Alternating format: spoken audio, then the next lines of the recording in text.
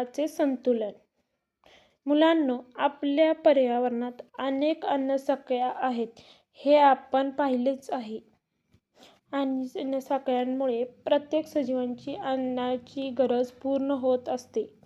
पर्यावरणातील पालापाचोळा, प्राण्यांची मृत शरीरे, मलमूत्र हे पदार्थ जमिनीमध्ये कुजतात आणि कुजण्याचे काम जमिनीतील सूक्ष्मजीव करतात. यामुळे मातीमध्ये वनस्पतींसाठी पोषक पदार्थ तयार होतात. या पोषक पदार्थांमुळे वनस्पतींची वाढ होते. म्हणजेच या पोषक पदार्थांमुळे वनस्पतीची वाढ होणे आणि त्याचा पालापाचोळा तसेच प्राणी व वनस्पती अवशेष कुजून त्यापासून पोषक पदार्थ तयार होणे हे चक्र निसर्गात सुरूच राहते. महत्त्वाचे चक्र आहे.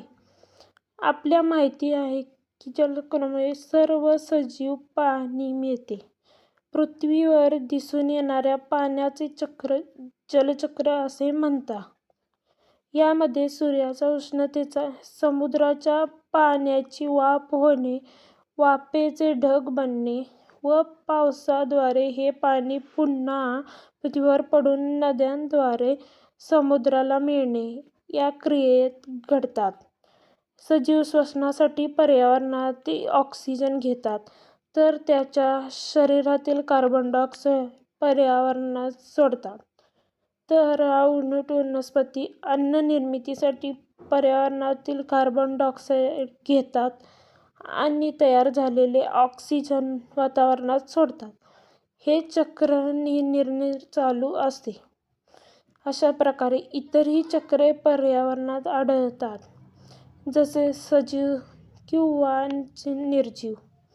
या चक्राद्वारे एकमेकांमध्ये कोणी ना कोणी देवाणघेवाण करत असतात.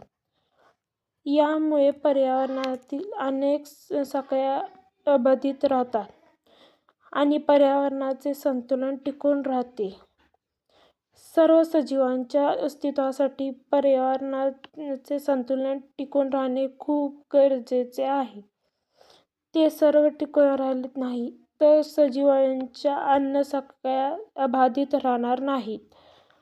पर्यावरणातील जलचक्र, वायुचक्र तसेच अनेक अन्नसाखळ्या यामुळे पर्यावरणात संतुलन टिकून राहते हे नेहमी लक्षात ठेवा.